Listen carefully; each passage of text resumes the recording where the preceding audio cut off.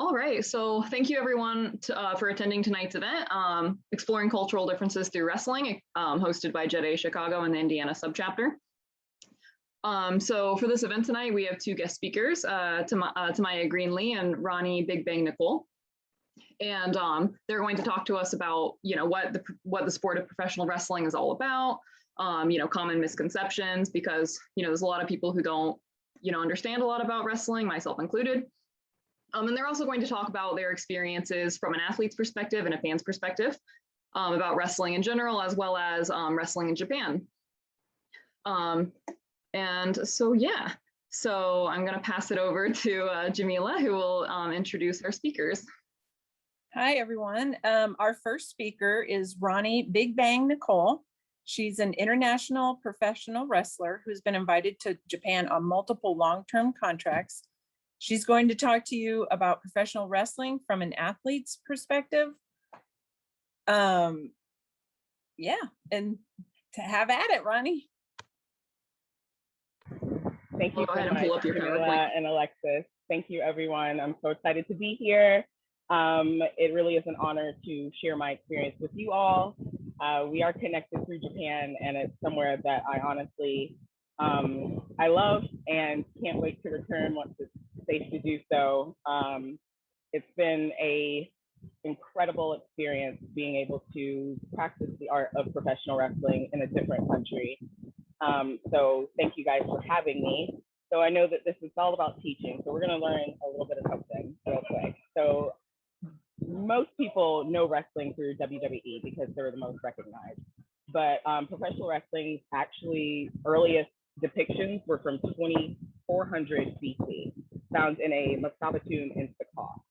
So wrestling is one of the only still practiced sports that has ties all the way back to the beginning of our civilization, which for me is very impactful and ties me to a deeper and richer culture by what we're doing. Ancient Egypt was 2500 BCE, and there were paintings of wrestlers, hieroglyphics. They had wrestlers on cups and plates and all sorts of things that they found once they started going back on these big archaeological digs. And they found all of these different depictions of wrestling holds, moves, and things that were translated into the grappling and the professional wrestling that we know of today.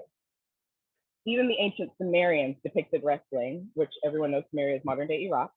And there were actual little sculptures, bronze sculptures found with people in wrestling positions and different holds and things that we still use as wrestlers to this day.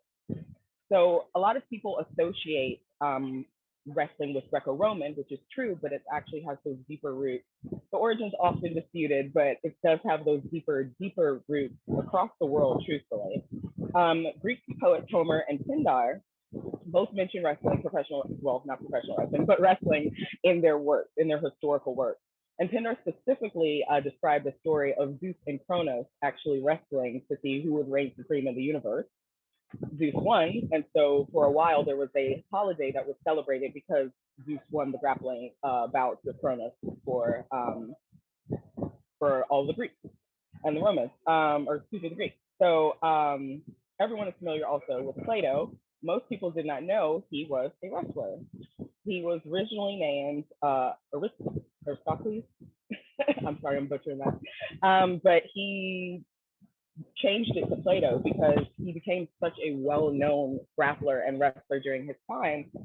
They changed it because Plato means broad shoulders. And if you look at any pictures of him, dude's like jacked. So he would actually be very well renowned, and not only for his poetry and his educational teachings, but for his athletic prowess as well. And as early as 708 BCE in the Olympics, wrestling was around. So it was actually one of the first times that wrestling winners were documented in any sort of professional bout of some sort. The Greeks were credited, as I mentioned, with the conception of wrestling, but wrestling was in Egypt and Niger and Senegal and South Africa and Europe. So it seems that wrestling kind of picked up, was a journeyman itself, and every continent that it touched, it changed and was altered just a little bit. The oldest known form of wrestling in Africa, specifically in Senegal, is Lamb, L-A-A-M-B, and it's more brutal and a little bit more ceremonial than the the wrestling that people know, either grappling or collegiate style or even the professional wrestling you recognize today, because there was that religious component and wrestling and grappling was actually built into their culture. They would wrestle at the end of the harvest, like to kind of see who was the strongest, and as a celebration of all of the harvest that they had brought in. Wrestling began to change following the Greek conquest of Egypt, and that was in 332. And then when the Romans came later, it took wrestling from more of a brutal form to grappling. Early wrestling was akin to a lot of judo throws or moves just because it was based on strength and leveraging someone's body weight. So it was definitely a lot more intense and steeped in a lot more hard contact style that actually stayed in some countries like Japan, whereas it was altered here in the United States. By the time the modern Olympic Games came around, wrestling had gone through most of the major civilizations and had had over 4,000 years of tuning and tweaking and adding and changing, and had really evolved into something completely unique that was starting to gain a lot of popularity everywhere. So from the historical to a little bit earlier time or later time, here in America, kind of pre-Columbus, wrestling was already here. Indigenous tribes were wrestling even before Christopher Columbus arrived. And it was very popular in North and South America. In South America, wrestlers are known as luchadores or luchadoras. And around 1830, that's when professional wrestling actually got a foothold and started to be promoted as an event or a draw. And this was because of Jean Ebroyat. He was a French guy, he was a showman, and he actually got a bunch of collegiate wrestlers out. And he was like, hey, you guys want to make money? And they were like, yeah, why not? So they traveled around France and put on wrestling performances. And this was kind of the first time that people had seen wrestling organized and built into some sort of spectacle. So this was the genesis almost of professional wrestling promotion. And so the first ever wrestling tournament was held in 1888 in New York, which is why New York is one of the places that has a really strong wrestling history, because of how many people from Europe and other countries were coming immigrating to New York and bringing their different styles of wrestling to where already wrestling had a really strong foothold. And so you have a lot of schools and promotions that have been around, not for like 200 years, but for a long time, just based on the historical context of wrestling being so strong there. Around the nation, wrestling is very strong up in the Northeast, the South, in the Mid-South, and out in the Northwest, so, and California. So, and that's the actual holdover from what I'm gonna go into next. But pro wrestling became more popular here in the United States after the Civil War, because everyone was sad. And so they started putting on exhibitions and bouts at fairs and carnivals. And even after the Civil War, or even past people who fought in the Civil War were drawn to professional wrestling. And so you had soldiers who would bring a lot of people because they knew them to these wrestling bouts. And that's kind of how things promoting by word of mouth got around about all of these events. The two most famous wrestlers during this time were Frank Gotch. He's actually one of the grandfathers of professional wrestling, and Martin Bird. And at the time, they were the main draws. If people knew that Frank Gotch was going to be on a show or Martin was going to be on a show, they could definitely bring in a lot of people. And so it was more of a festival or a fair atmosphere, less like you see right now where people are going into a sit-down arena. It was more, people milling about and coming to see these different bouts.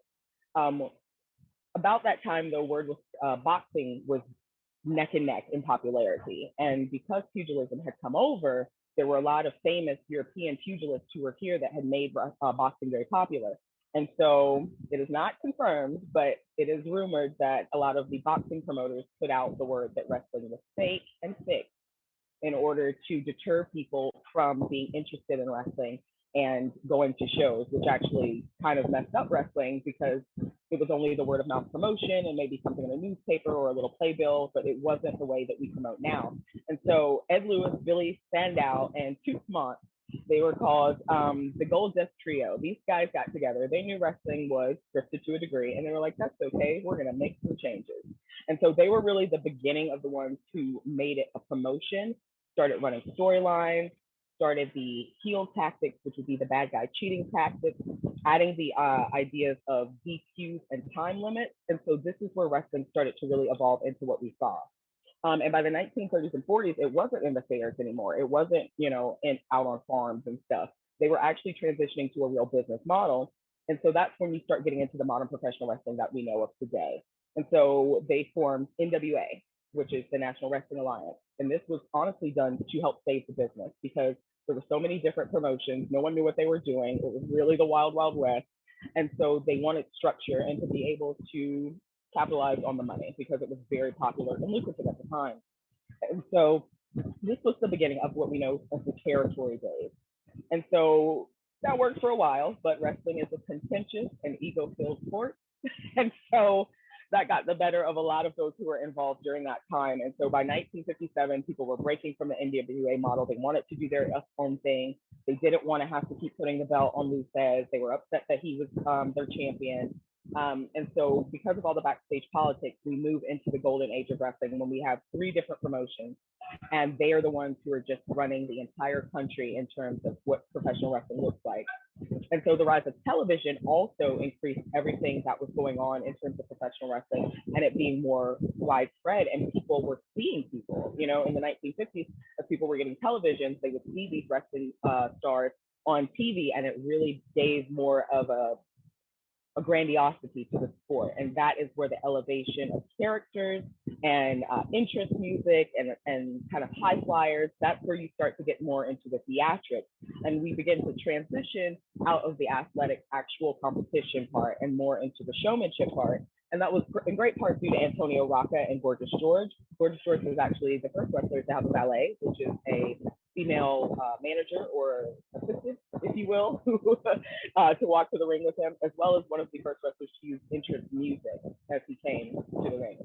So now we're getting more into it's on TV, we have to make it a different production because back in the day, there was nothing. Everyone had to go to the entertainment. So they had to kind of evolve the style. And so at the time, NWA was still around, but they had offshoots, AWA, as well as WWWF, which is the oldest iteration of WWE that we know now. And so during this time, there was a lot of talent switching. It was great for wrestling. Everyone had their own company, but there was lots of wrestling all around, and they were building a lot of superstars. And then Hulk Hogan pops on the scene in the 70s, and just everyone goes crazy over him. And moving into the 80s, that's when you get into Titan Wrestling, or Titan Sports, which was founded by Vince McMahon Jr. And then in 82, Vince McMahon Jr. bought WWF from his father. And that's where you have the beginning of the end in terms of the territory days and how wrestling was depicted. So I keep mentioning territory days. At that time, the different areas I mentioned to you across the nation were split into territories. So there would be a group of maybe 3 to 5 states that would work together with the same kind of core roster of wrestlers, run storylines, and use their promotions to kind of keep everyone employed and everyone entertained. And so wrestlers would maybe have a feud going, and they would go to maybe 6 to 10 cities within that sector and do their matches and build that story up to the big championship match. And then they would, it would be a big, huge deal, and that whole territory would know that, or the whole nation would know that that territory's champion was this individual. So that's kind of how things worked up until this point. Vince McMahon came in and decided he didn't want to do that. And so this had never been done before, but he invaded other promotions. He syndicated WWF in the territories of other people, which was unheard of. And he made money off of the merchandise he was selling in these other territories, and he stole talent. And so he pretty much came and just ripped the tablecloth out, and all the dishes went with it. And because he had the machine of so much history with this company behind him and so much prominent talent, he became a juggernaut. And so honestly put a lot of other companies out of business. And that is one reason why WWE is the most recognized brand today. But there are still a bunch of other fantastic brands. You have TNA Wrestling, which is Impact Wrestling, Ring of Honor.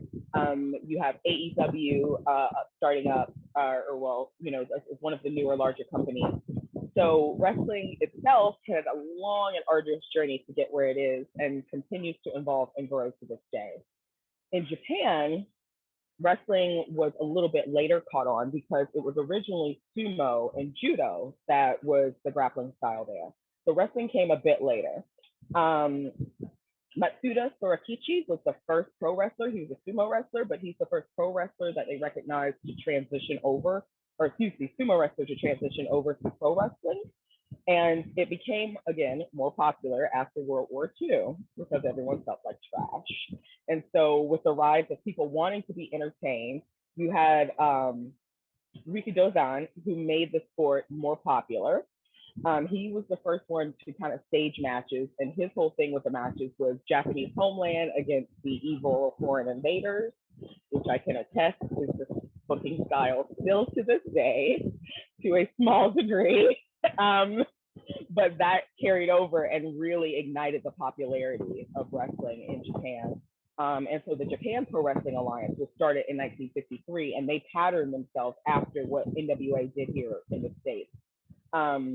But by the early 1960s, the same things happened in Japan that happened here. There were a lot of people who were dissatisfied and wanted to do their own thing. And so they broke off and became their own federation. So Tokyo Pro Wrestling and International Wrestling Enterprise for the men. By the time the 70s rolled around, you had New Japan and All Japan, and all of these places were cranking out talent in a really old school sumo training, judo martial arts training style. So Japan became very well known because their training style was so much more rigorous and the wrestling style was so much more intense. Japan's wrestling style kind of carries over from that original iteration of wrestling where it is more brutal and more contact filled, not based so much on storyline and the theatrics, so to speak. And so in the 1970s, All Japan women's pro wrestling came on the scene, and that was the beginning of the Joshi pro wrestling, female pro wrestling in Japan movement. Most well-known veterans or senpai wrestlers in Japan, female wrestlers, went through All Japan, and so their foothold was very strong from the 70s into the 90s. And by the 1990s, everybody loved Joshi wrestling and everybody was on the Japanese craze. It became so popular. People were actually bootlegging the media from Japan and sending it here. I actually was the recipient of 2 of those bootleg Japanese matches. And so like there were a lot of amazing women at this time: Jaguar Yokota, Shigusa Nagayo and Lioness Asuka, the Crush Gals, Jackie Sato, Matsumoto. So like the rise in popularity of women in wrestling really brought all of these things to the forefront and showcased their physicality just as much as the men. And so you had tremendous matches like Aja Kong versus Manami Toyota, Kyoko Inoue versus Mariko Yoshida, Mayumi Ozaki versus Takako Inoue. So like all of these women were, at this point, have been wrestling 20 plus years and had the same style of vigorous training that the men did, which really elevated the bar for wrestling across the world because it set Japan differently from other places. So history aside, the biggest difference that I found as a professional wrestler between is the training styles as well as the performance styles. Here in America, I was trained old school. I was trained by C.W. Anderson, Lou Marconi, Tony Hang James, and Eddie Brown. And they are all, and Chili Willie from ECW. And so they're all very old school wrestler guys. So a lot of grappling, a lot of holds, very good guy versus bad guy in terms of storytelling. Whereas in Japan, it's a lot about your body conditioning and being able to do a lot of hard hitting and impactful moves, sequences of moves for a long amount of time. And so there's definitely more of a focus on making sure your body is the tool that you need it to be, Whereas here in America, it's more about how much of a character you are, how much emotion that you can elicit from the crowd, and that's called getting over, and how much you sell merchandise-wise. I mean, that's in Japan too, but essentially here, the more focus is on how much money you're going to make the company. So while I was in Japan, I wrestled for World Women's Pro Wrestling Vienna and Marvelous. So Vienna was run by Kyoko Inoue, and Marvelous was run by Shigusa Nagayo. I spent 4 years in total in Japan. All of my tours were quite long. They really don't do tours like that anymore, especially now with COVID. They're definitely more strict about travel. It was an eye-opening experience as a queer Afro-Latina from the South to transition all the way across the world to Japan. To say culture shock was an understatement. The work ethic, as you all know, in Japan is very high, and it's very intense, and that is definitely no different in terms of your professional wrestlers and your athletes there. So training was 6 days a week for no less than 4 hours, but no more than 8. So depending on how vigorous everyone was feeling that day. I actually trained with Vienna in the morning, and then I would train with Seedling, which is a different organization run by Nanae Hashi, in the evening. So my training day was from about 9 to 7 or 8, with a break in between. So between all of the training, we ran 6 miles every morning. We jumped rope for 30 minutes straight. We did, by the end of my tour, I was doing 1,000 squats every morning. All of the physical rolls and the bumps, the falls in the ring, we would do that for at least an hour. And body conditioning, and this was all before we did any sort of grappling or any sort of moves or learning anything that you see when you watch wrestling on television. It was definitely, I was put through the paces.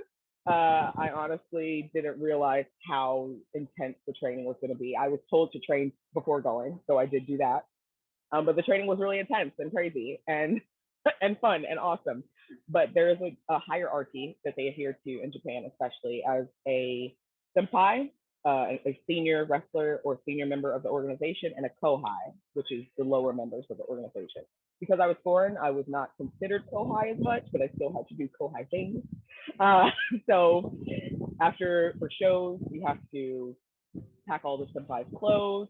You have to load all of that stuff into the car. You travel to the venue. You have to set up the ring. You have to bring all of the stuff that you're going to need for the show, set up all the merchandise, set up all the your senpai's gear and their makeup or whatever. And then you have to be second, which means you're ringside during the matches. If somebody, you cheer them on, you boo, you give them water, you make sure the ropes are secure. It's kind of like an auxiliary position. I was known as the best second in the business.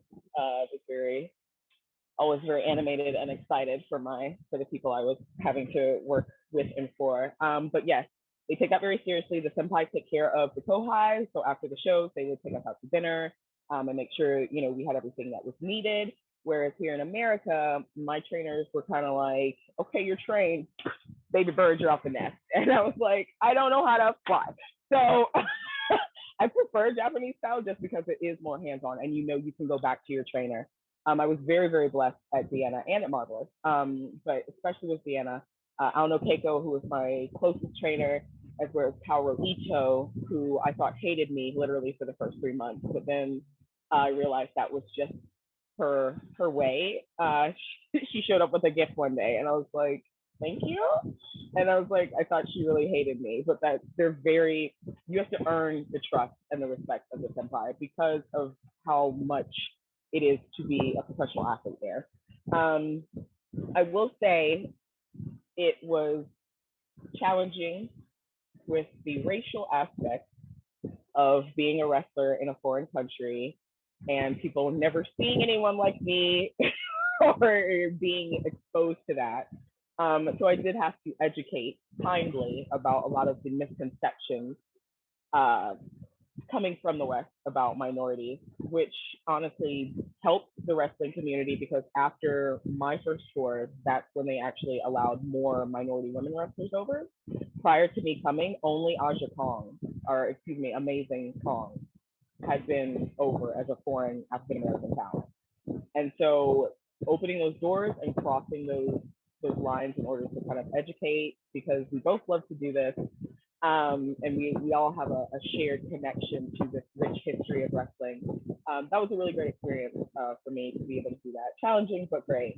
But yes, I got to wrestle all of the women I mentioned. I actually got to be in the ring with at one point or another. I was second, usually for Jaguar Yokota. She actually specifically asked for me to be first in her Kohai, which was amazing because she is legendary. So that was a really big deal for me, and I felt very honored to, to work so closely with so many tremendous people who have impacted wrestlers around the world. If you ask anyone top 5 matches in the world, they're going to mention the match with Manami Toyota. And so it's really, I feel very fortunate to have spent so much time there, to have gone through that rigorous training, and to really have built a very strong fan base and career there, and to learn so much about Japanese history and culture. So yes, just very quickly, if you could hit the slide, Alexis, because I just realized I didn't do any of those. These are just some photos. So me in the center, you guys may recognize. Could you go back up a little? Yeah.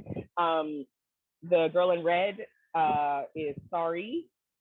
She is actually in, or they call her Sare now, in WWE. This group photo was from a Deanna show, and in the right, I kind of went out of order, but in between the photo of Sari and the group photo, that's myself and Kyoko Inoue. If you could scroll down.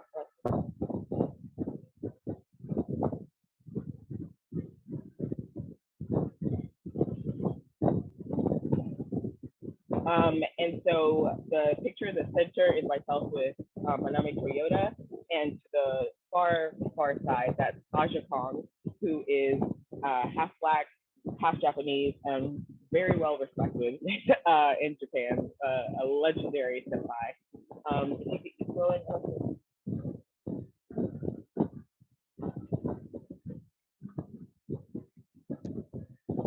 keep going down. Yeah, keep going to the next one.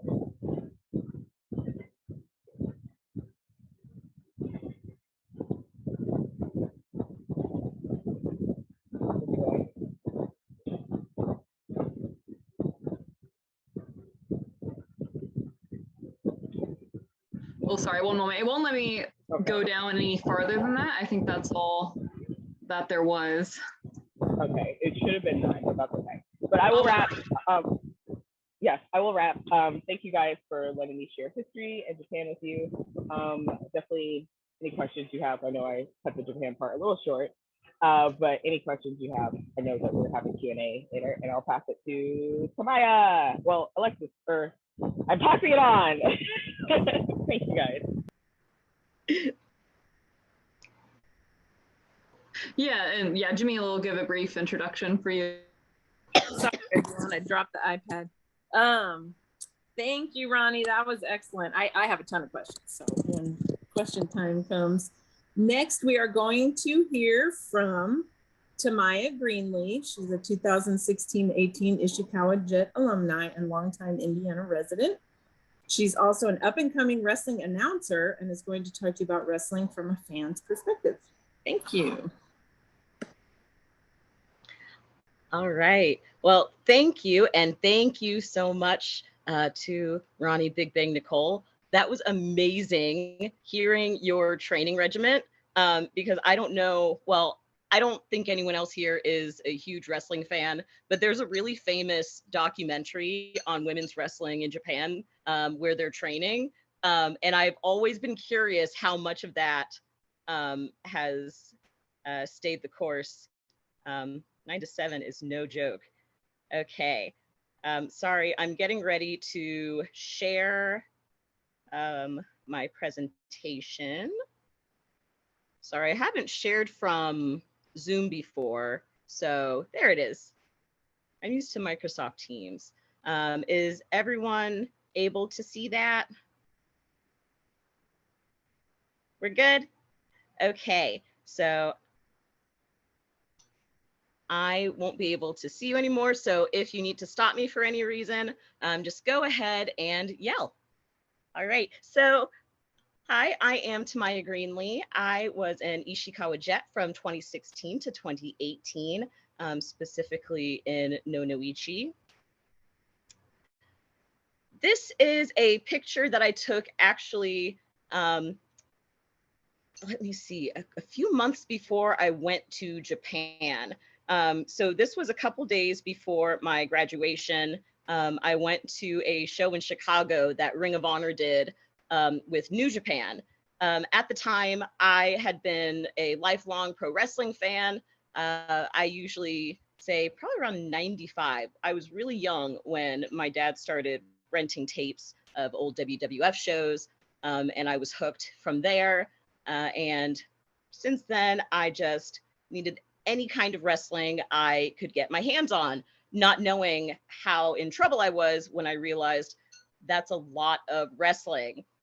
So around this time, I had just started getting into Japanese pro wrestling. I had seen some matches here and there because as a wrestling fan, of course, you hear these legendary names and you see people coming in from other promotions to wrestle for American audiences. But I started following New Japan Pro Wrestling, and I was thrilled at this show because I was able to meet my favorite pro wrestler, Naito. So I think this is a, I don't know, fun little picture considering what I didn't know would happen afterward, which would be my interesting adventure with pro wrestling. So if you're not familiar with Ishikawa, I always like to tell people and hope that they don't call me out on my geography, that if they know Tokyo, just go all the way to the other coast and we're about right there.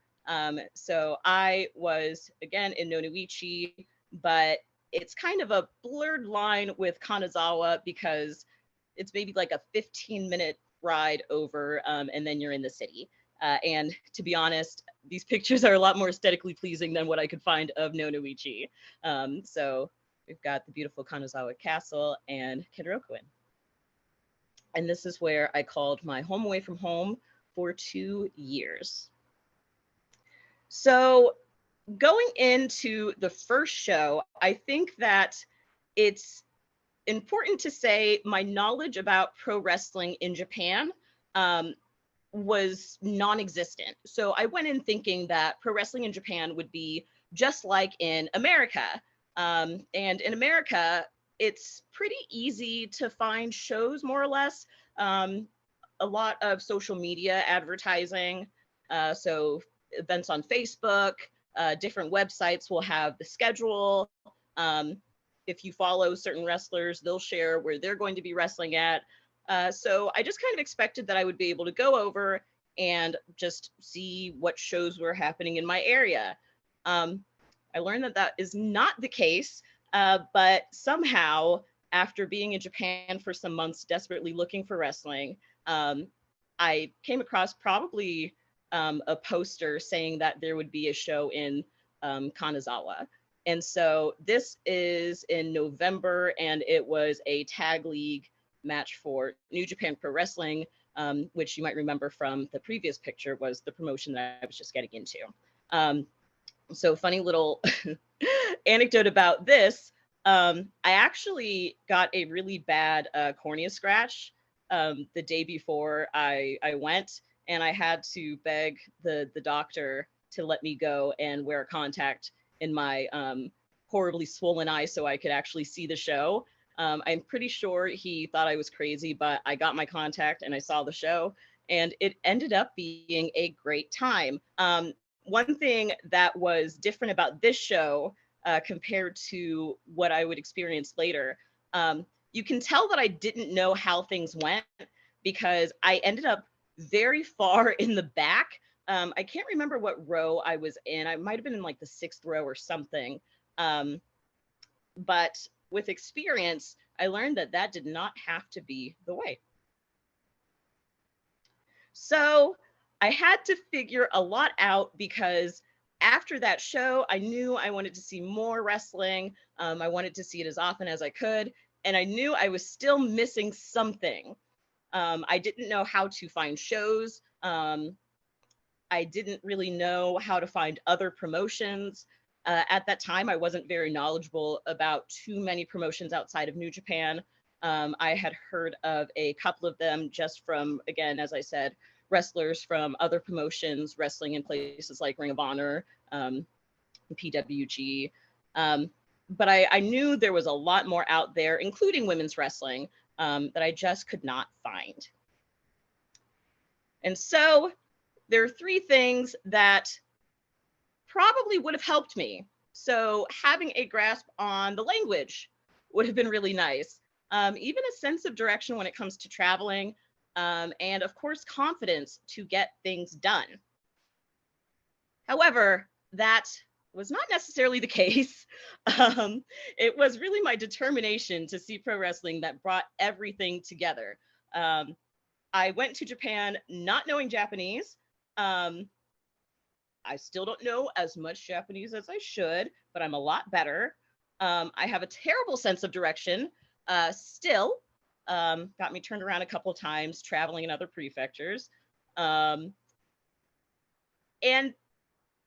I don't know if my confidence is up there. I kind of was winging it. But I do like to say that as I started getting the hang of how wrestling worked as a fan in Japan, everything else kind of came into play, and it helped me enhance my experience. So one of the important things that really changed everything for me, because a lot of people ask me how I managed to go to so many wrestling shows. So it was in January 2017, I made the meaningful resolution that I wanted to see a pro wrestling show at least once a month. And I was able to do that, sometimes more than that. And one of the things that I found in my research was this awesome website that actually shows a calendar of all of the events that happen in Japan with wrestling. So it's every single promotion, every single prefecture. And so this is an example from 2017. It actually let me go back and see what I would have been looking at this time. So it shows all the days and it has it stacked with who is playing where. And if you can see on Saturday, that's a lot of pro wrestling. I mean, I would even say compared to the United States, looking at Wednesday and Thursday, that's a lot more than you are likely to find, especially with shows from promotions of that kind of name value. People always ask me if professional wrestling is popular in Japan. Looking at the Saturday category alone, I think you can say, yes, it is. So another thing that this website allowed me to do, it allowed me to choose what prefecture I wanted to go to or what I wanted to look for shows in, and also what promotions. So say I wanted to see what was happening in Ishikawa for the next couple of months, I could click Ishikawa and filter that, and it would show me who was going to be there. If I wanted to say, okay, I want to see if I can make a trip to Tokyo, I can find it there. Or if you are like me and you are a bit geographically challenged, you could do, okay, Ishikawa, Toyama, Fukui, Gifu. Again, very geographically challenged. I learned the hard way that those are not all as close as I think they are in my head.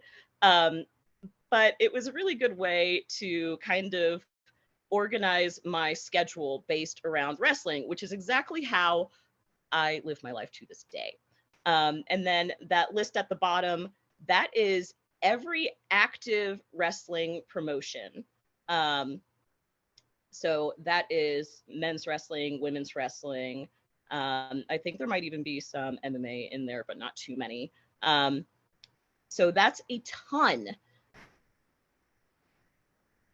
So another thing that I had to figure out was actually buying tickets. So I, being a loyal Family Mart goer, I learned my machine very, very well. and how to find wrestling. And that was kind of where some of the language came in, because you have to write it in Japanese and you have to be able to find what you're looking for in Japanese. So I was able to test my reading skills and writing skills very early on. So that is how you actually find the tickets and print them. And then on the right is an example of what will come out. You will get a ticket that looks like that. Travel was another hurdle that I had to get over. So in the United States, everywhere that you go is pretty much by car. And as someone who doesn't drive, I have a lot of phobias around cars and driving. It kind of keeps me restricted to certain areas. So I go to a lot of shows locally in Indianapolis, but I can't always go to Chicago as easily. Or if I want to see Ring of Honor in Nashville, you know, I might have to see if my brother is going.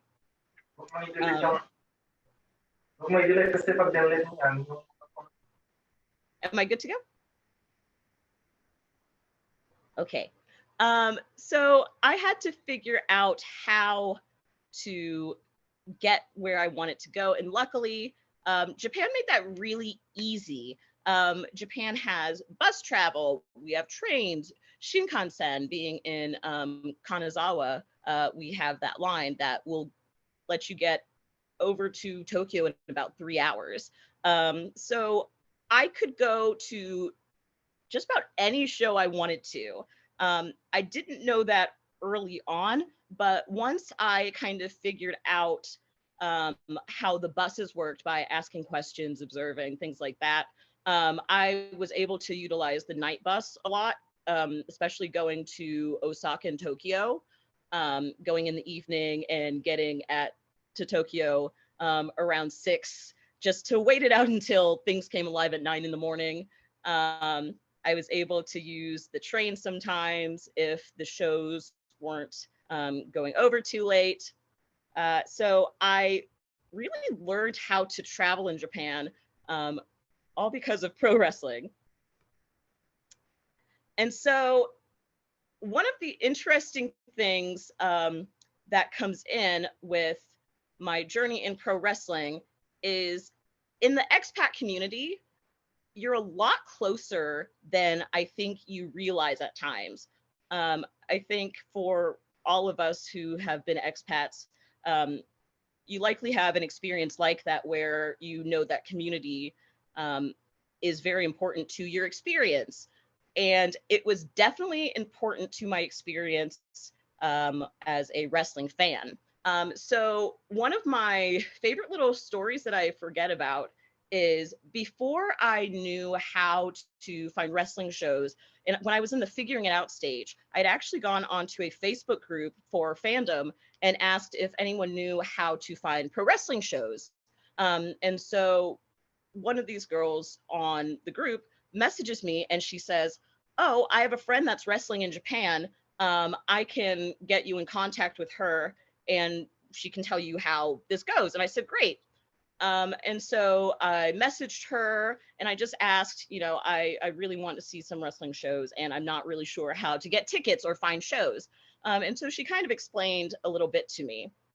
Fast forward some months later, and I'm sitting in the audience and I look up and I realize that's the girl I was talking to. I didn't know it at the time because my knowledge of pro wrestling, I knew a lot, but I didn't know as much about independent wrestling as I say I know now. It was pretty much restricted to some of the bigger indies. But I had been talking to Chris Wolf on the bottom right the whole time, and I didn't realize it. And I always thought that was kind of funny. Just one of those examples where, you know, another Jet has a friend who happens to be in Japan. And lo and behold, it's someone that you're seeing on the show. Other examples,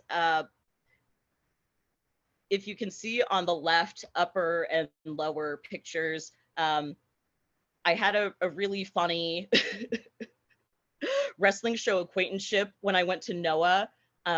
and one of the wrestlers, Cody Hall, we always stopped and said hi.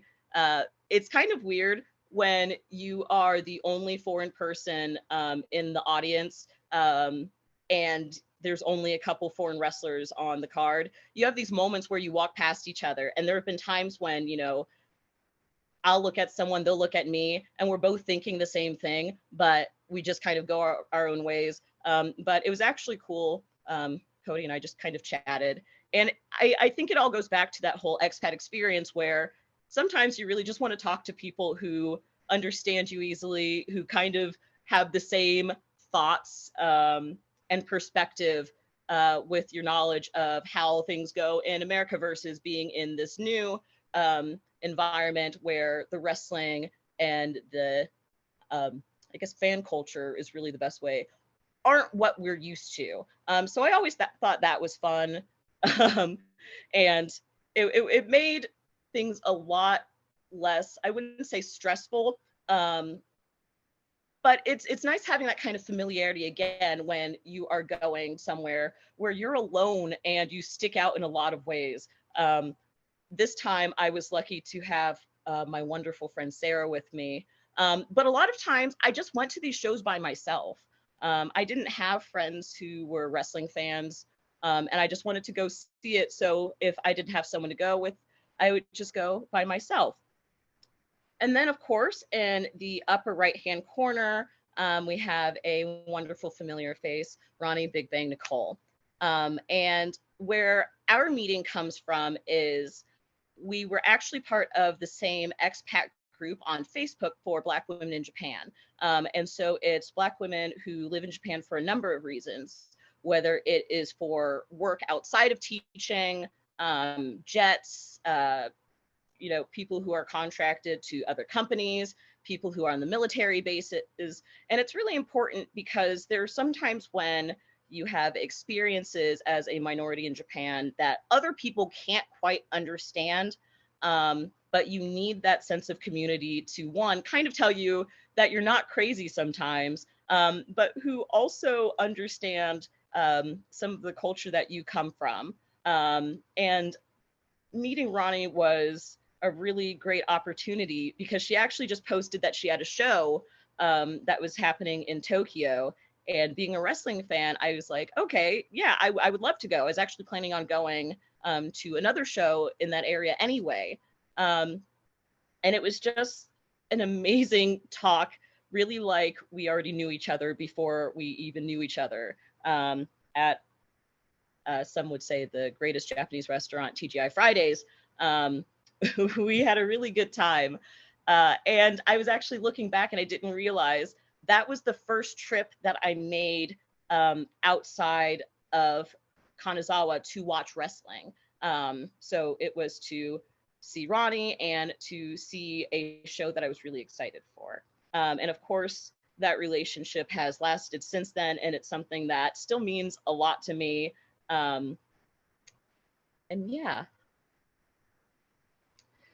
So there are also other situations as an expat that sometimes go into the unusual territory. Again, it's this small community where when you need help, sometimes the only person you can turn to is another foreigner who knows how things run in the area. So there are a lot of wrestlers who wrestle in Japan who come from the United States or other countries. But unlike with Roni Nicole, sometimes there are shorter stays. So if there's a tournament, for example, they might last throughout the tournament, but not come back as a regular. So a lot of times people from outside promotions who have partnerships will do this. And so one of these examples was I went to a show by Pro Wrestling Noah in Kanazawa, and I posted photos that I took that Sunday, and I wake up on Monday morning, I go to work. It's another kind of desk warming day, nothing too exciting.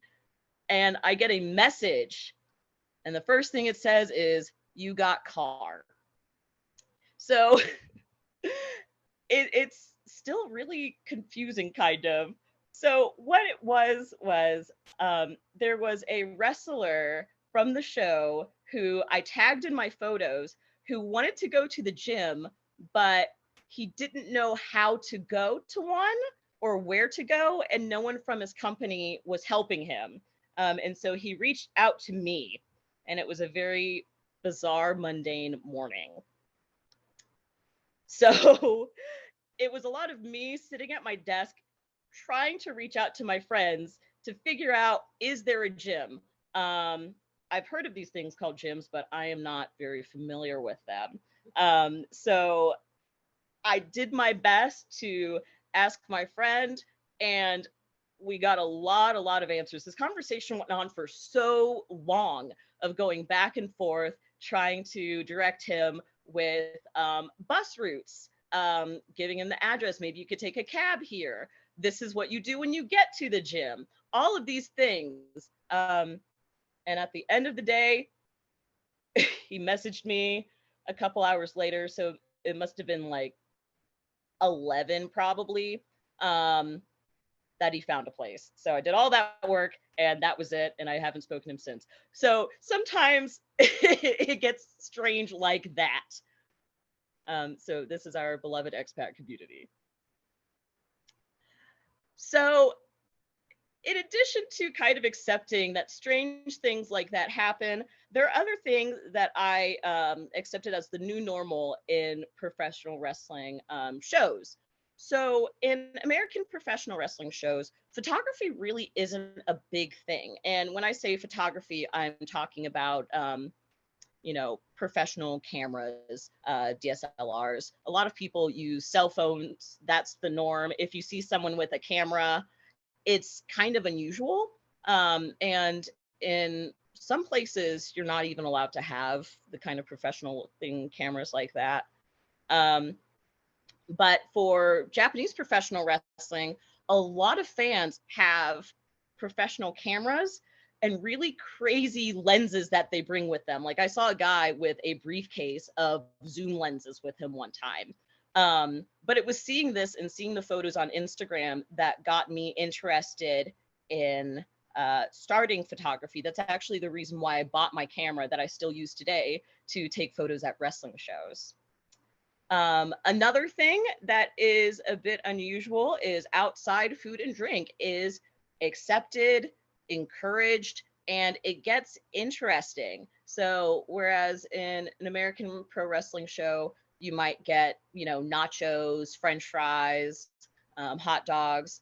I've sat in a crowd before and I've thought, why does it smell like fish? And you look and it's because someone pulled out fish that they bought earlier to snack on.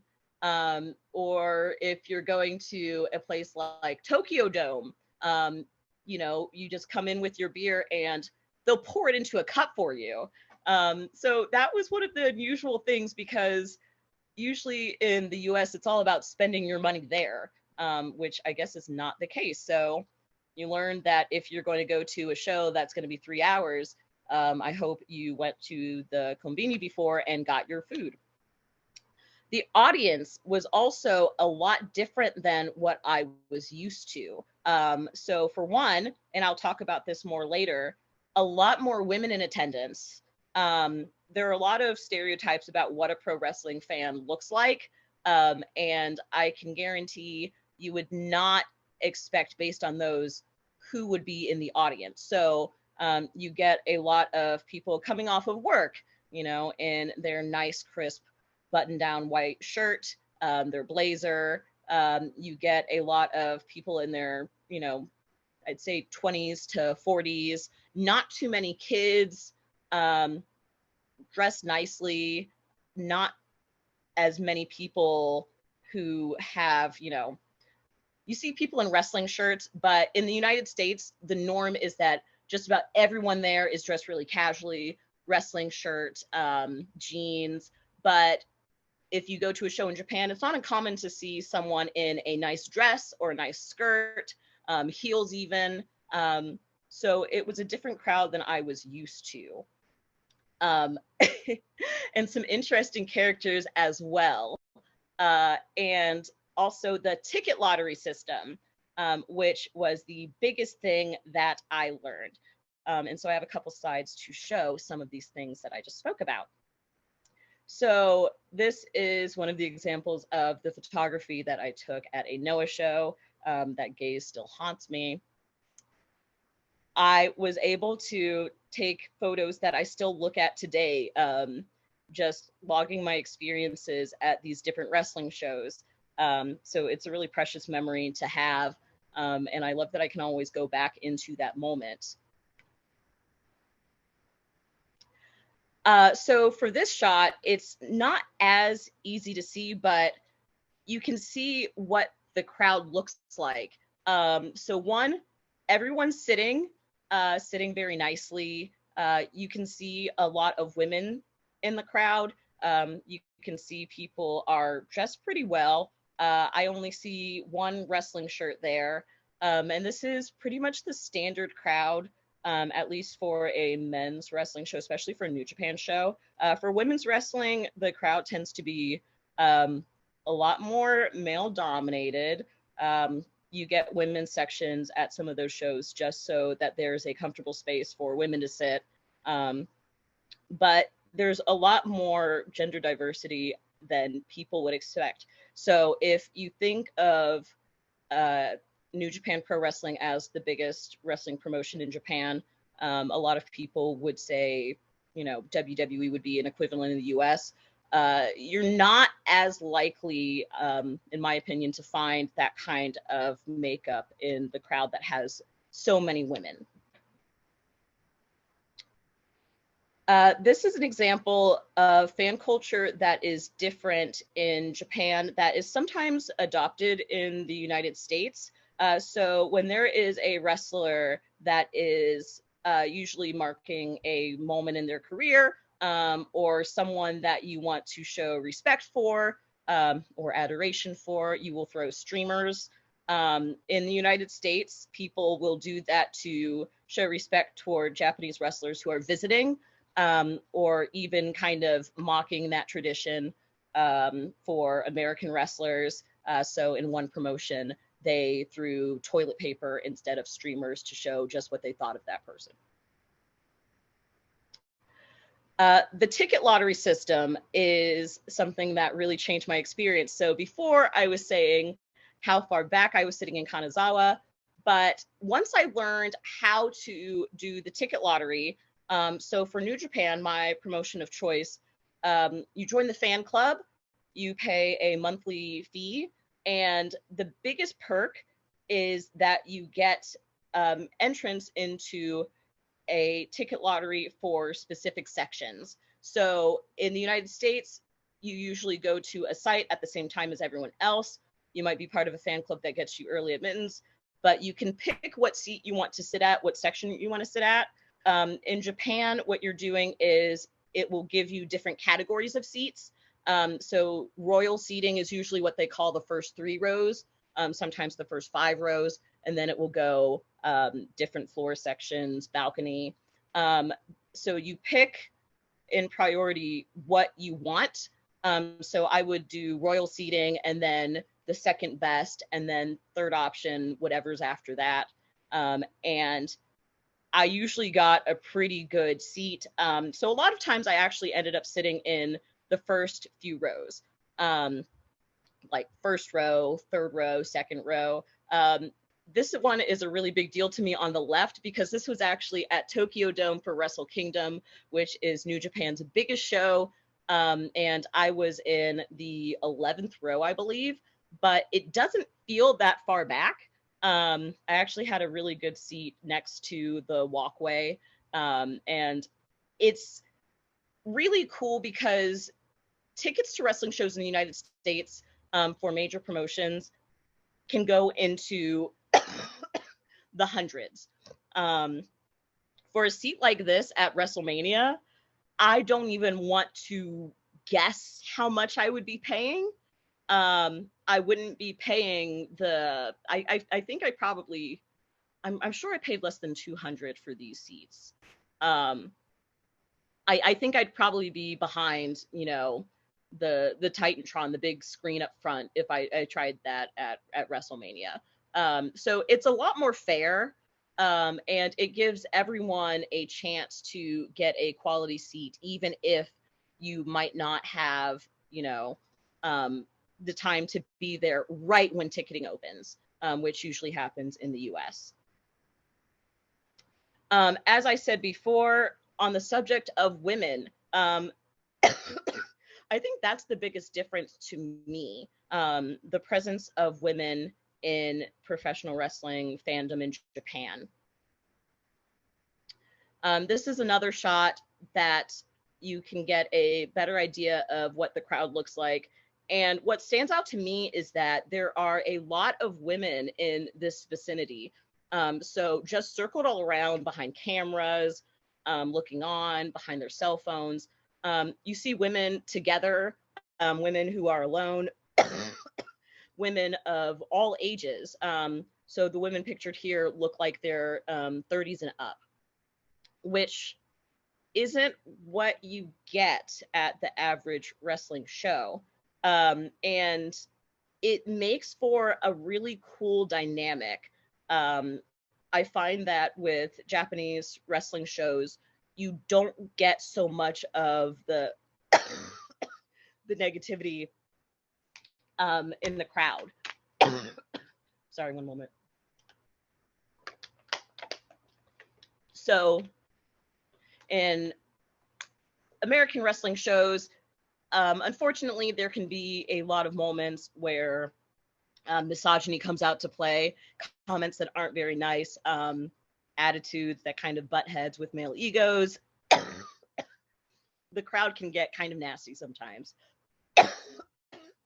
But I find that this was always really easygoing, really enjoyable. Just people enjoying wrestling together, which is how I think it should be. I also think it's interesting. Sorry, one moment. I didn't tell everyone this before, but I'm actually sick right now, and I was doing really well. So I think I can still applaud myself for that, but starting to catch up to me.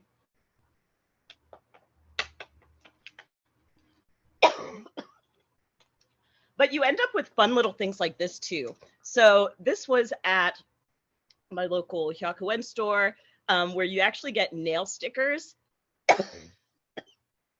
cute little notepads, and planner stickers. And all of these things are very obviously marketed toward women. I also have stickers in the background. So I just found that the wrestling environment there welcomed participation from women and seemed to value that segment of the audience.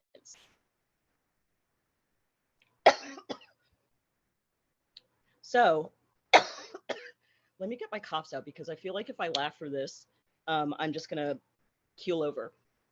So moments of culture shock, because everything else took some getting used to.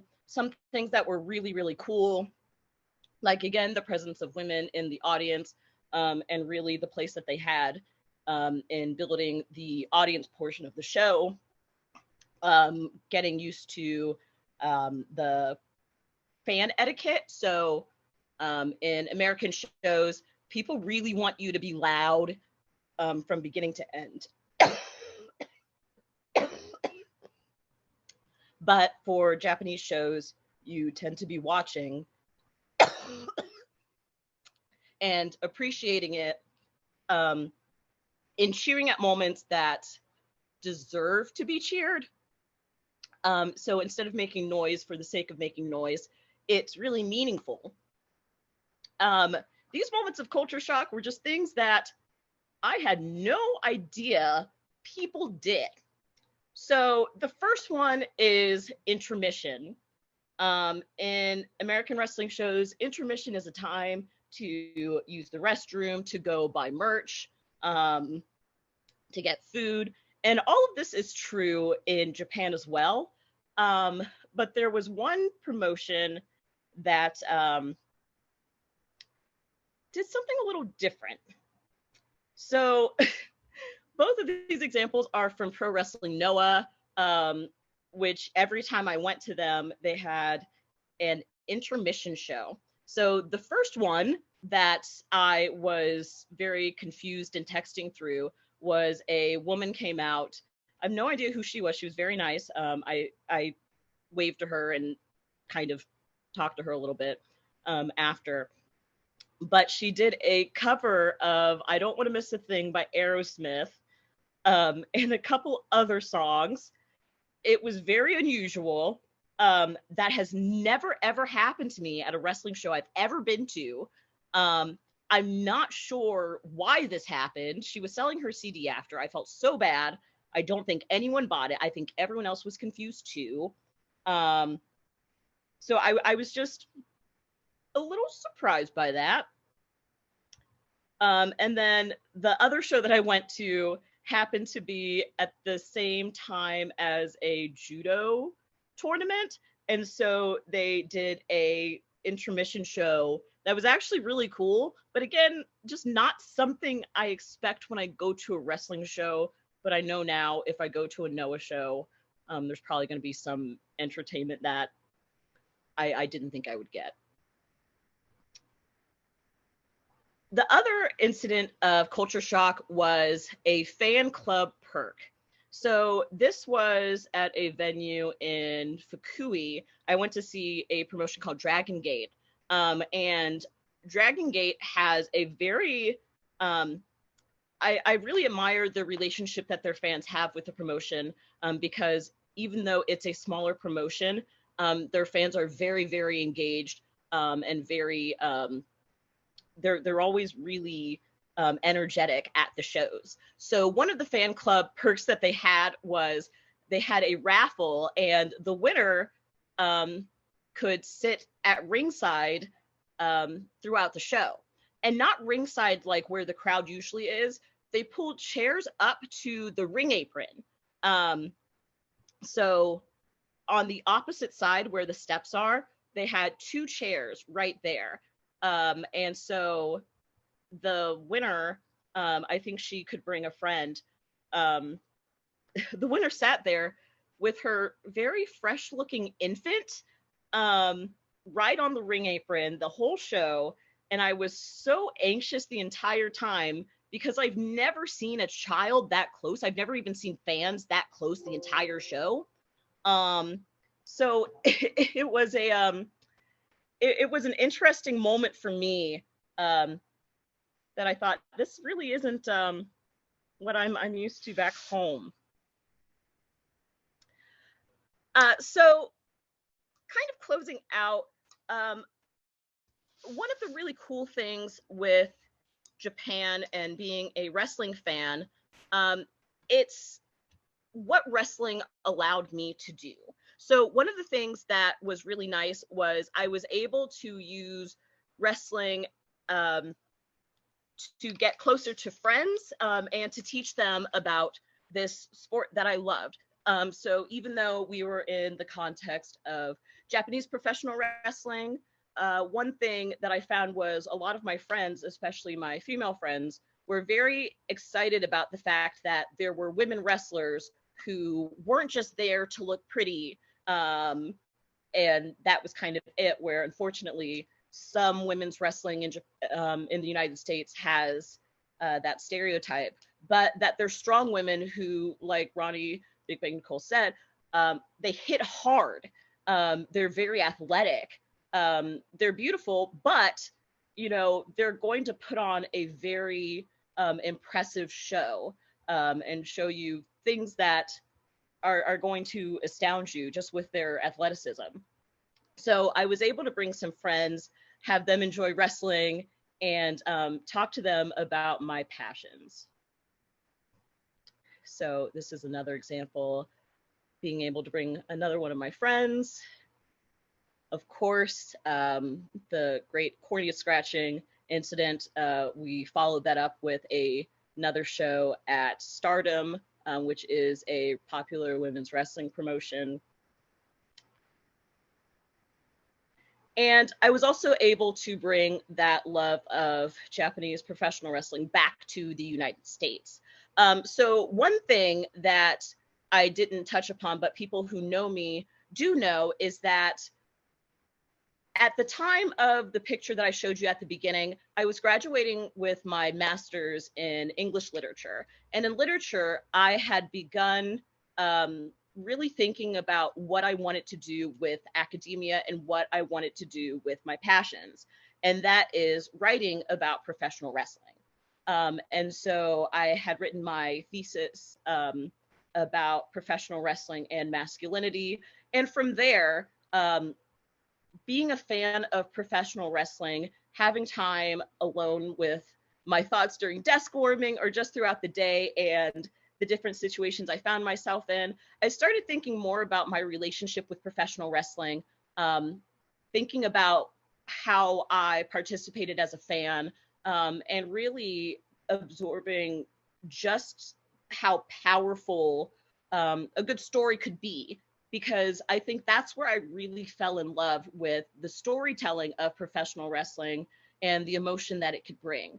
And so these photos I took were photos that I just did for fun, but I ended up actually bringing them together for an art exhibition where I talked about catharsis. And so these are just photos that really remind me of that strong emotion. And I was actually able to take that passion and apply for entry in a doctoral program, which I was accepted into, and began to look further into writing about professional wrestling and audience, emotion, performance, more about gender, race, all of these things that I really was inspired by sitting in the crowd. So these are a few more photos.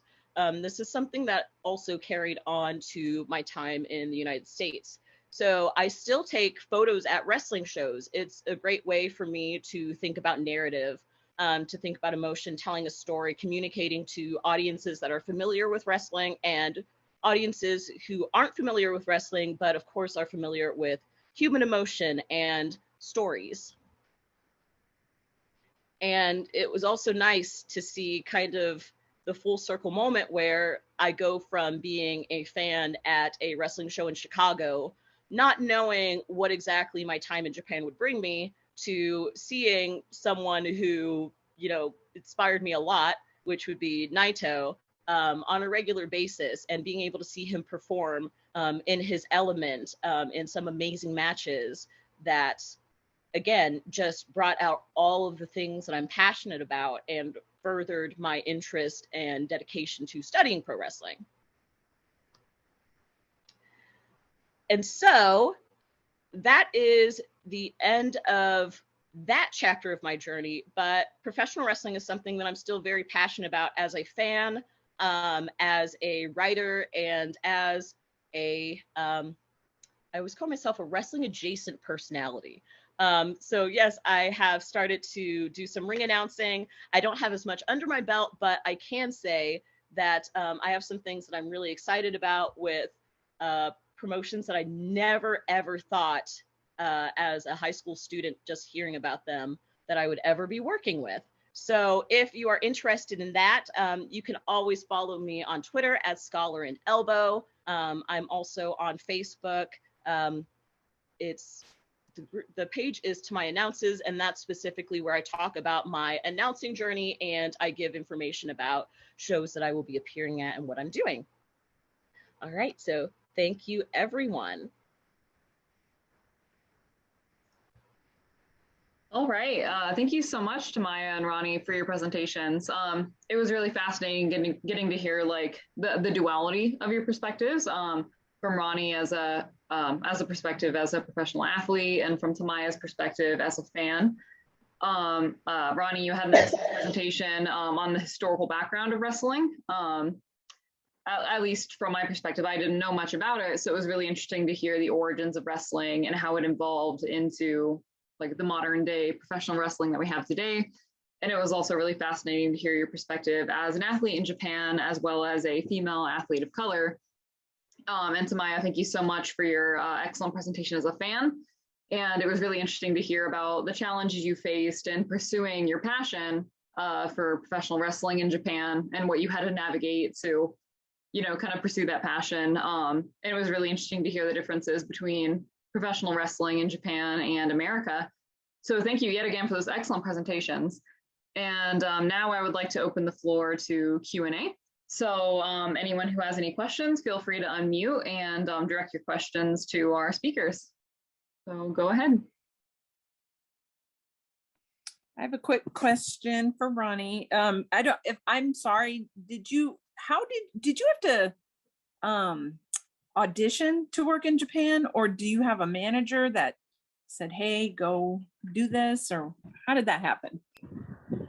At the time, I was actually about to quit professional wrestling because I was so frustrated with the culture and the environment here in the state. I was at a promotion down in Hubert, North Carolina, that was run by Steve Carino. He's a very well-known wrestler. He's actually one of the trainers down at the Performance Center, and his son Colby is a professional wrestler as well. But I was at his promotion and I was at his show. The wrestler I was seeing at the time was like, talk to Steve, tell him what's going on. Steve pretty much said, you need to get out of here. And I was like, sir, where is? And he was like, no, your style it's going to be way better for you over there. Just trust me. And I was like, great. Have a passport, don't know how to get there. I get a call about a week and a half later. Steve had sent my information to a company over there, and they called me. And I was doing like a random messenger call from some Japanese dude, and I was like, silly, I don't know you.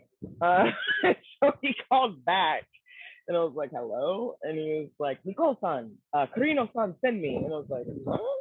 And he was like, we want you, Japan now. And I was like, what? And so like we had the conversation and they asked me to come initially for a full year. And I was like, let's try 6 months and see how that goes. And so they were like, okay, well, if you're coming here, like we want to change your character. So that's actually where Big Bang Nicole came from, because prior to going to Japan, I was wrestling as the She-Hulk of the South. And so they didn't really like that too much, and so they kind of changed up my character work and my gimmick, and it was a very quick process. Like when they said we wanted you, they were like, we need your passport and all your paperwork, and I got it back like less than a month later. And then I want to say the week before I was leaving, I told my mother that I was going to Japan for 6 months. Tamaya, you're laughing because you know why I did that.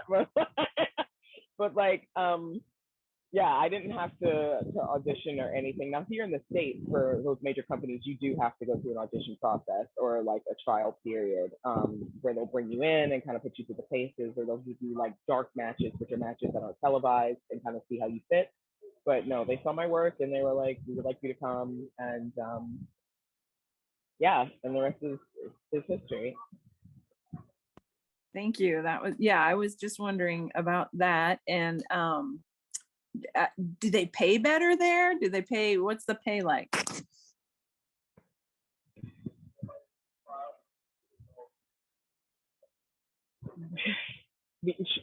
Long answer, there's more to consider because you're also abroad. So I would say for the time that I stayed, yes, the pay was better. If it would have been one of these shorter tours, it probably would have been about the same as wrestling independently here in the States.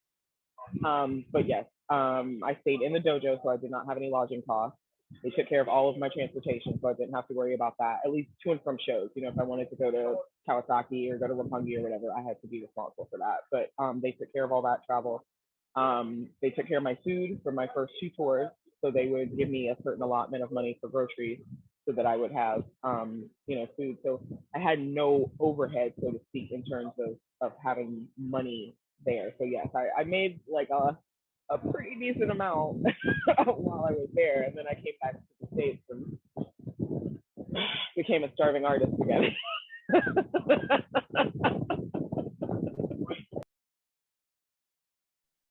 Sorry, no camera, but I had a question. I was always so curious about how the language barrier is handled, both like behind the scenes, how they handle coordinating all these international wrestlers working with the Japanese wrestlers, and then also as a fan meeting the wrestlers? Like, how many of them speak English? Are there translators available? How was that all handled?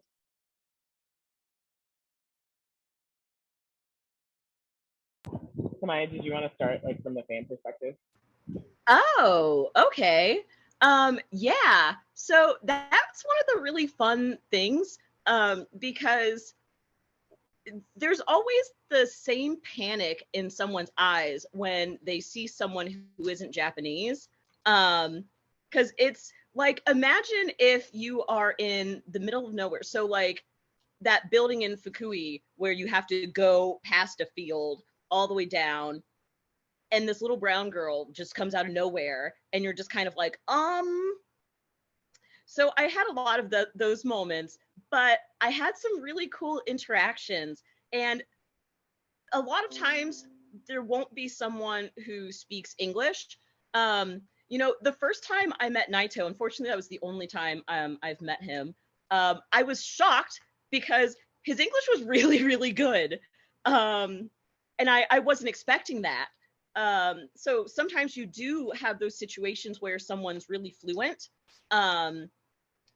or you just have, just how you would talk to anyone that you meet in Japan who, if you're not sure how much English they know.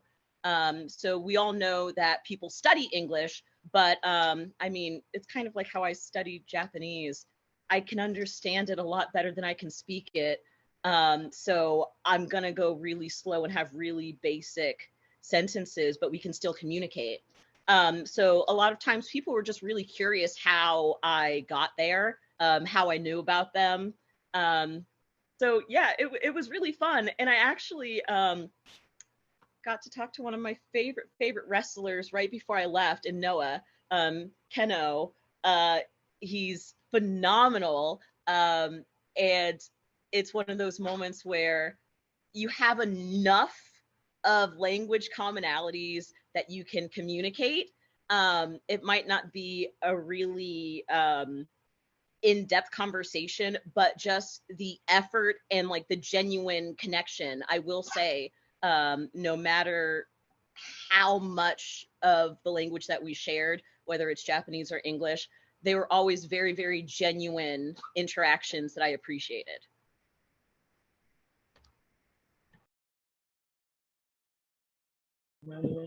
As a wrestler, I was concerned about that as well, because here in the States, even though was trained, you don't plan everything you do in your match. Like we really go out there and create it organically. That was not going to be an option, because there's a danger aspect as well, because certain moves in Japan are named differently. So you really do have to, they call it speak, which is where you meet with your opponent and you kind of go through kind of what you can do and what you know how to do, and make sure you're saying the same things and meaning the same things in terms of moves. Planning out for matches essentially is the same as how I learned to do it here, beginning, middle, and end, except in Japan, the middle part they call easy. So that's your freestyle part, and that's usually where the foreign wrestlers could get to do whatever they were more comfortable with or what they were familiar with, whereas the beginning and the end was a bit more structured, so the Japanese wrestlers could kind of guide the match in the way that it needed to go. I wrestled with Mima Shimoda, who is Japanese and Mexican, if I'm not mistaken. And so she only speaks fluent Japanese and fluent Spanish, no English. I speak a little Spanish, Japanglish, and English. And so we had to get another trainer to kind of be our intermediary, because we literally were having a really challenging time at the start. But then once we got in the ring, we knew what to do because we're trained to know what things mean. So when she gives me a signal on my body, I know what she wants me to do. So I don't necessarily have to speak that. I just instinctively know that. And that's one of the beautiful things about wrestling, and why I hold it with such a high regard, is because once you're trained in the basics of wrestling, you can literally go anywhere in the world and you should know how to be able to wrestle with anyone, especially if you're trained well. And so for a lot of those simpler things, we didn't have to communicate. It was just a pure art form coming together. But I had to learn, I'm like, Tamaya, I can understand Japanese actually very well.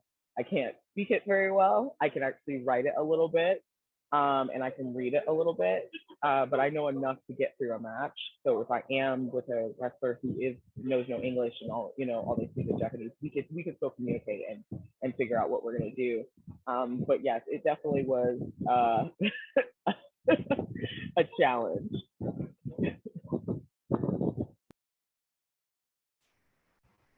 Can I ask a question? Oh, sorry. No, I'll let Sarah go.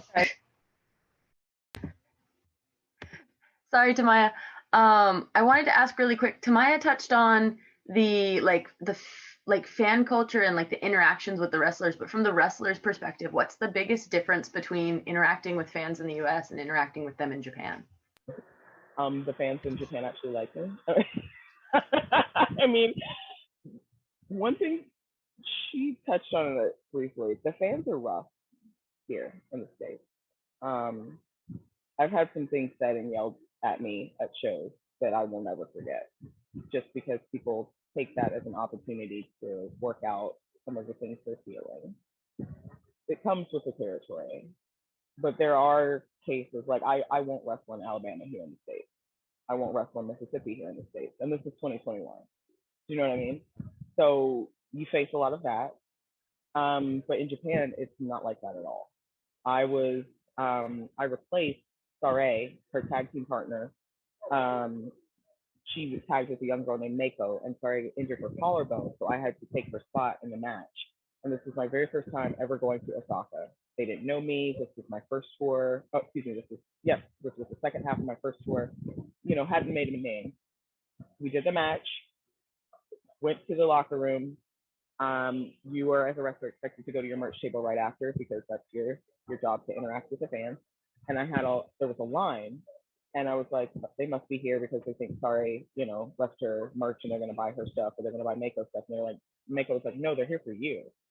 And I was like, what? Like, these people don't even know me. Like, what are you talking about? And I started to cry, and she's like, Nicole, no, very tough. And I was like, okay, right, yeah, you're right. But it was really emotional because I literally never experienced that. At an independent wrestling show, depending on the size of the company, I could stand at my merch table and a single person, they'll cheer, they'll scream, they'll make all the noise in the world while I'm in the ring, but they will not come over to that merch table. They will not engage with me at all. Japan is not like that. Now, and I found this more with some of the smaller guys, they were like intimidated because my character in Japan was very monstrous, and I would make a lot of like crazy monster faces. So I would notice people would be very timid at first, but then they would see me talking with people and they're like, you're nothing like your character. And I'm like, yeah, because I don't go around growling at people all the time. Like, that's my character. I'm really more of an introverted extrovert, but I'm a low-key person. And they're like, you're so nice. And I'm like, yeah. And they're like, but you're not in the ring. I'm like, nah, that's not what I'm supposed to do in the ring. But the interaction and the appreciation that they show, like, fans would bring me gifts and like little cakes and little, like, when they saw that I posted something on Facebook that I really liked, they would bring it to the show. So I was in love with those. Do you remember those little orange juices you get from the vending machines? And it was like orange juice, but it was like fresh actual orange juice with little orange pulp in it. I don't know if you ever had those, but they were fantastic. Oh my God. This fan bought me like a case of those because I would always post like one after work or working out or like training or Pocari water. Like, they would always, bring me a bottle of water or something after a match. Or one time a fan actually had another fan draw a picture of me. So I had gone out with a fan to a host dinner, which is where like fans take you out and like for dinner and sightseeing and all that kind of stuff. And I had gone to an izakaya and I was holding like a plate of meat. And I was smiling, and the fan actually had another fan draw like me as a cartoon, like a chibi character holding that, and they gave it to me at the show. And of course, they're like, Nicole! Like, they were always yelling at me. I was always crying, and they're like, you're supposed to be a monster. Like, we need you in character. So that's one thing they're very serious about, is the whole being in character and keeping kayfabe and, protecting the business. But the fans there are amazing. Like, I went out and they were always trying to feed me. I think because I'm like a bigger woman that they think I eat a lot, but I really don't. But they were always trying to feed me. They're like, Nicole, yes, more beef, mini beef. And I'm like, okay, next time, more food. And I'm like, no, like, I'm good. Thank you though. Like, but the fans were so embracing. And the difference is in Japan, if you say Joshi Pro in Japan, oh, so going, you know, like that's the reaction you get in Japan. Whereas here, you say, oh, I'm a professional wrestler. Like, oh, do you know John Cena? Bitch, do you know John Cena? Oh, I'm sorry, I don't know if I'm allowed to say that, but it's just kind of like I get tired of like what? No, like I'm not. There's levels to it. As whereas in Japan, it's still in the culture and respected. Like Tamaya was talking about, you can buy Japan stickers and nail art and decals. Like they had a giant cutout of one of the Noah guys in one of the convenis, and it startled me because I thought he was really there, and I was like, oh, no! Oh, that's not you. You're cardboard. But like they really, wrestling is in the culture, so it's mainstream. Whereas here, it's almost still kind of niche, you know, because you know people know, they know WWE. Everybody knows WWE, whether they watch it or not. But you have people who are diehard wrestling fans here, whereas everyone in Japan is almost a wrestling fan to some degree, because there's, like Tamaya was talking about, there's so many shows because there's so many promotions that are almost like local leagues or local teams. So like how we would have a smaller home team basketball league here, that's kind of how it is in Japan. They have these little promotions everywhere, so everyone gets open and aware of wrestling from birth, essentially.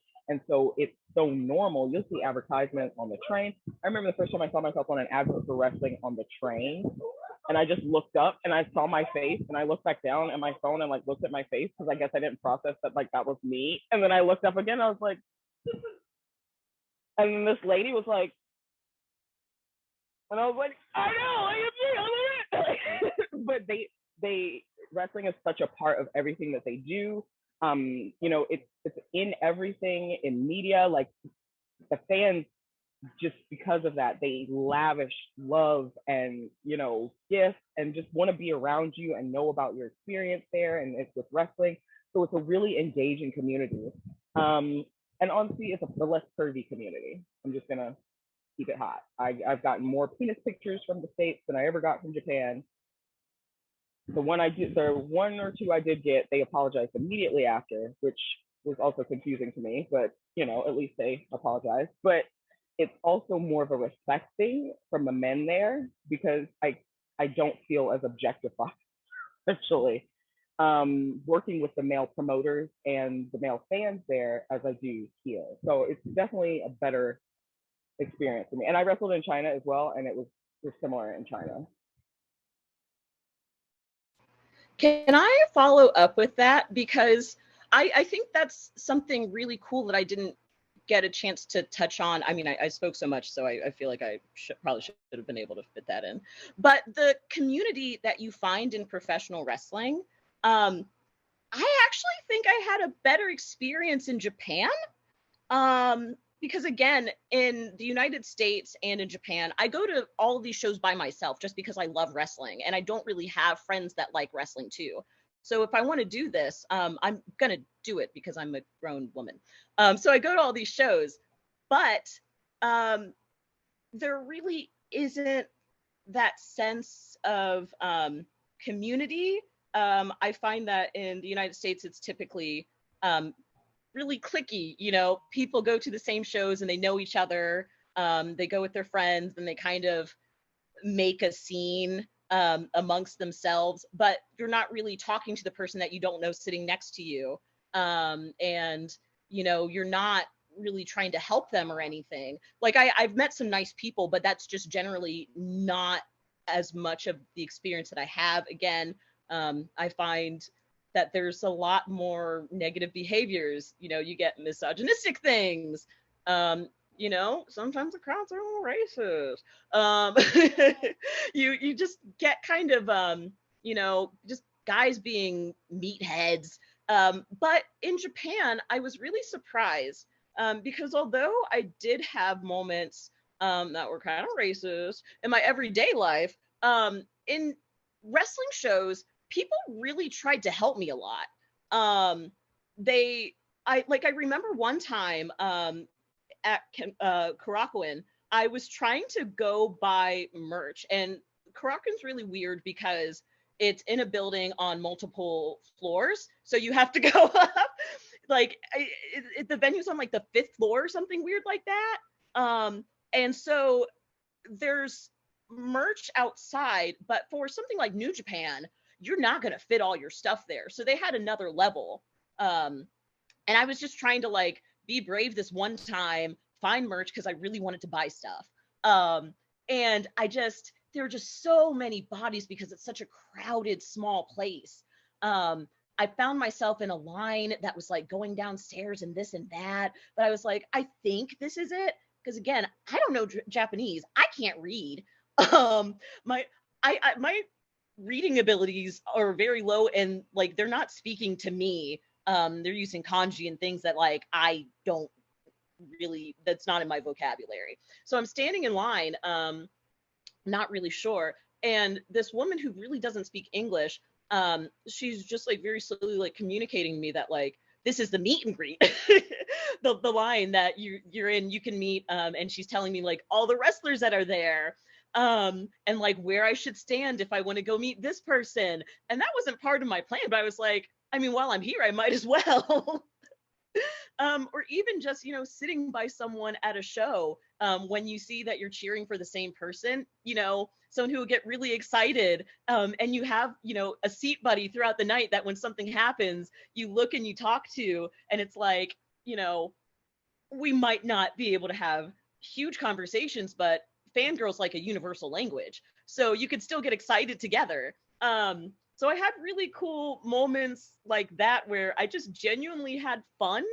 You know, and even like seeing people from show to show in Kanazawa, you know, the same group of people were just like me. Any wrestling that's going to be there, they're going to. And so you get these familiar faces. And so, yeah, I just loved the sense of community that I found there as a fan. I wasn't treated differently in any way. I wasn't treated like I was special. I wasn't treated any worse for being American, for being Black. I actually never surprisingly felt singled out, for any of those reasons. And I felt really comfortable as, you know, a lone Black woman traveling and going to these wrestling shows alone, which isn't always the case in the United States. No, I was been like talking to you the whole time, and then I was like, oh, she can't hear anything. But you like, to piggyback off what you said, I told someone and they were like, what? And I was like, being in Japan and wrestling in Japan was the most Black woman I've ever felt in my entire life. Because I didn't walk into a place where everybody turned and looked at me like, why are you supposed to be here? They literally were like, you're here, whatever. And then it was like, you're a wrestler? All right. Existing in Japan in that space and just feeling what Tamaya was talking about, like as a fan, because a few times I would go to, well, not a few times, I was the resident Noah yeller. Most of the fans began to recognize me because I would scream so loud for Suzuki and Noah Fuji, who are two very well-known wrestlers there. But going to shows as a fan, like she said, you meet people, and when they see you cheering for the same people, they'll like look at you when they see something cool happens, or, you know, they'll be like, oh, did you see that? Like, they want to make sure you're having a great time. And it's not as isolated as it is here in the States. You know, it's like, I'm with my 6 friends and you're the 6 friends in a wrestling show. It's like, we're all here, like, let's all have a good time. Whereas in Japan, it's like, we're all here at this wrestling show. And the atmosphere is very different there. I can say that one thing, as I was, in this past life, I was a bartender. So I have a spidey sense. I call it my bartender sense, where the energy in the room changes. In Japan, you feel that all the time, and it's coming from the fans because they're creating this kind of mystical bubble where everybody's just invested in what's going on. Everybody loves what's going on. Everyone is supporting what's going on. And so it creates this real palpable happiness, like effervescent energy. So there was a big match between Ricochet and Will Ospreay that took place at Korakuen Hall that people over here in the States went crazy for. Well, I was actually there for that match, and it was just like tiny seahorses all over the, like, it was incredible to see these two athletes going at it. And I'm a wrestler, and I was in the, I'm like, oh my God, like, it was just what the story that they told, the atmosphere that the fans created in that huge place. The Korakuen holds what, like 2,000, Samaya? Maybe a little bit more if they were standing. So it's oh like, yeah, with the standing, because with the we stand up standing, on the ledge. yeah. So it's a decent size, you know, venue, and just everyone at one time being in the moment. I mean, it's honestly how I imagine concerts were, back in the 90s, before social media and everybody was on their phone. Because even that was something that I know is different. People aren't really on their phones as much in Japan.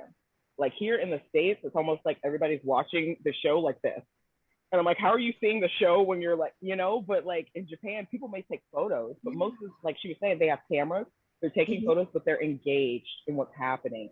And that engagement, it just creates such a wonderful atmosphere for storytelling and a really comfortable atmosphere as a performer, because even though we're not speaking the same language, I know these people are here behind me. They care about what I'm doing. They're rooting for me, win or lose, and they're impressed by what I'm doing because they show that in appropriate time, not just screaming just to scream or because you and all your friends are wasted and want to hear noise. Like there was one occurrence where there was a group of foreigners that came into Portland and started to do that. And myself and a couple other foreigners asked them to leave because that's disruptive to the environment. Girl, I got time, you know me. Like, don't come in here disrupting. We're, especially as a foreigner, I take that very seriously. If they already think not great things about America, we don't need to go to other countries and make it any worse. So let's act like we were raised in a home and with consent and enjoy the show together. But there was never that sense, like when you go to a show here in the States, like something's gonna happen, I need to be on alert. I never felt that. I always felt safe and comfortable, in that environment because people were there for wrestling to support you and, like you said, to have a good time. And I think that's one thing that's lost here in the States. Nobody wants to have fun with wrestling anymore. Everyone wants to be kind of a wrestling expert, or I know all the behind the scenes dirt, or look at me, I'm a dirt sheet expert. And I'm like, great, come take these bumps and like get body slam a couple of hours and then we can have a conversation. Like I want to have fun with this and I want you to have fun with this because I have fun. But here in the States, it's kind of hard to do that. So Japan definitely sets itself apart by that interaction and by the fact that your fans become your family. Like I'm still in contact with fans from there and I haven't been since 18. We still check in on each other. They still, like when my mom passed, a lot of them messaged me and they were like, we're so sorry, about your mom. And they were sending me messages. My trainer, when I lost my mom's dog, right after that, she messaged me because she had lost her dog while I was in Japan. And like, I helped her plan a little funeral for her dog and everything. Like you become so connected to people through wrestling. And I honestly hadn't had that experience anywhere but Japan because it's such a normal thing, and it's so customary to them. It's like, oh, you're a part of our family already because you love wrestling. So sorry, I know that's a lot and I know we have to get off. No. Oh, sorry. No, I'm sorry. I'm the one that's going to make this even longer because as you were speaking, you were actually able to voice what I wish I could have articulated when I said how being a fan in Japan inspired me, because it was that connection, that storytelling that I couldn't feel in the United States. Because I had been going to live shows in the United States. I'm not a WWE fan, but I would go to Ring of Honor, which is a larger, now not independent wrestling show, but it was a bigger independent wrestling show that's now been bought out. It's bigger now. But I enjoyed it, but I never felt what I felt in the wrestling shows in Japan. And I think it is that connection. I don't know how to explain, except it's electric. Like it's like everyone is in tune. You can feel the emotions just kind of flowing throughout the crowd. Like the picture that was sent out for this promotion that I used at the front, it's one of the best, if not the best wrestling experience I've ever had. And it's not isolated. I had similar ones, but it was at Dominion in Osaka when Kenny Omega won the belt against Okada.